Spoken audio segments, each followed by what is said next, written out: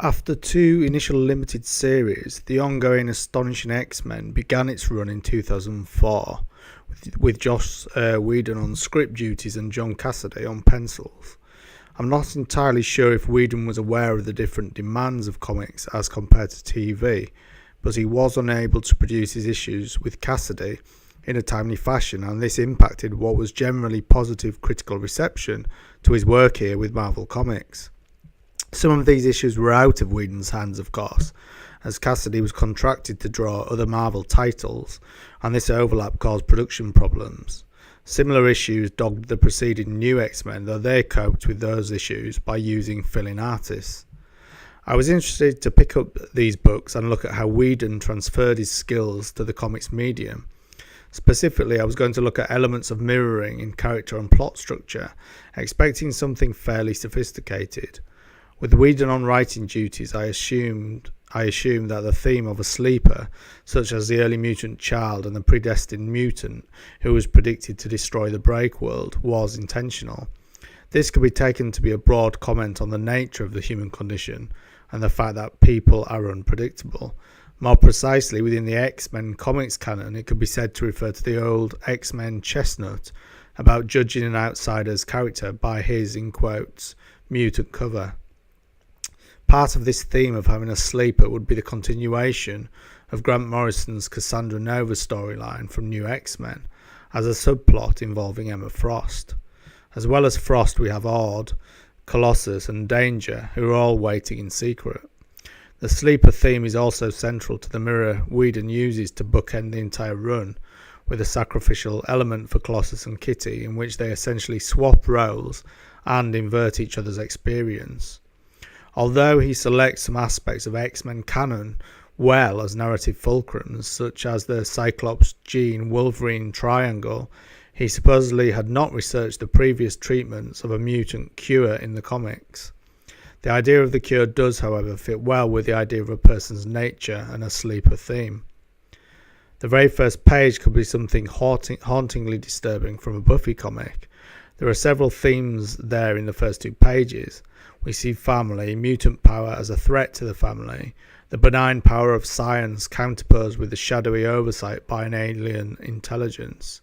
Then we have the tried and trusted Whedon territory of adolescent girls maturing, girls who have gifts. I felt Whedon's use of the visual part of the medium was really promising at this point. He uses Kitty's mutant ability of phasing through matter as a metaphor for experiencing different slices of time in memory. Whedon calls these, in caption boxes, shards of me. I loved this idea with the phasing through both space and time, mirroring the grand A-plot inversion I will talk about later. Whedon makes good use of classic comic script even page reveals with a sudden simulated attack by Sentinels, and then around page 12, the midpoint of the first issue, he works with the traditional Cyclops, Jean Grey, Wolverine love triangle in a high impact way. This triangle, as it does hold so much narrative history, helps distract from Whedon's conception of the Colossus Kitty romance containing the finale twist, which we'll talk about later, as it's in fact telegraphed too much to work in the way it could have. So, with two sleeper subplots carried on the strength of two sets of romances, he includes some very subtle techniques to not flag the third central sleeper plot, but to deflect attention away from it. One example of this masking of the Danger Room C-plot would be his insertion in the script of indications to the contrary, e.g. indications that the Danger Room is a mindless slave suggested by supposed glitches in instructions from Beast and Kitty, etc. I call this trope of flagging the banality of something potentially lethal to distract the reader Chekhov's starting pistol.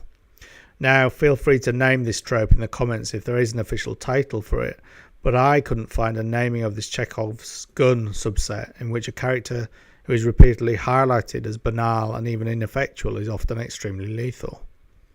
Cyclops goes on to riff again on the sleeper theme with the line, but the perception is that we're freaks, or worse, that we're Mag-neetos waiting to happen.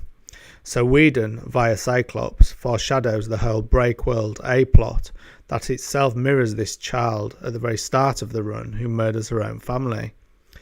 This gifted arc is tied up very neatly by Whedon, with a handy postponement of the odd threat and the main A-plot tension, while introducing us more directly to what I am calling the Nova B-plot.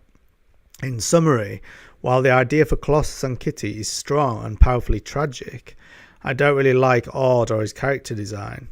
While I like the B-plot romantic quadrangle involving a deceased Jean Grey, and I like the deep psychological appeal of Nova as an antagonist, Grant Morrison already went there and did that extremely well. And then we have the Danger Room becoming the new character Danger, which I'm calling the C-plot. Now, I'm as intrigued as Whedon apparently was by this concept within the entire narrative run, but I have a lot of problems with the execution. Reportedly, so did Joss Whedon, believing he lost some narrative power with this intrigue, neglecting pace, etc., but I'll look at Danger in later videos.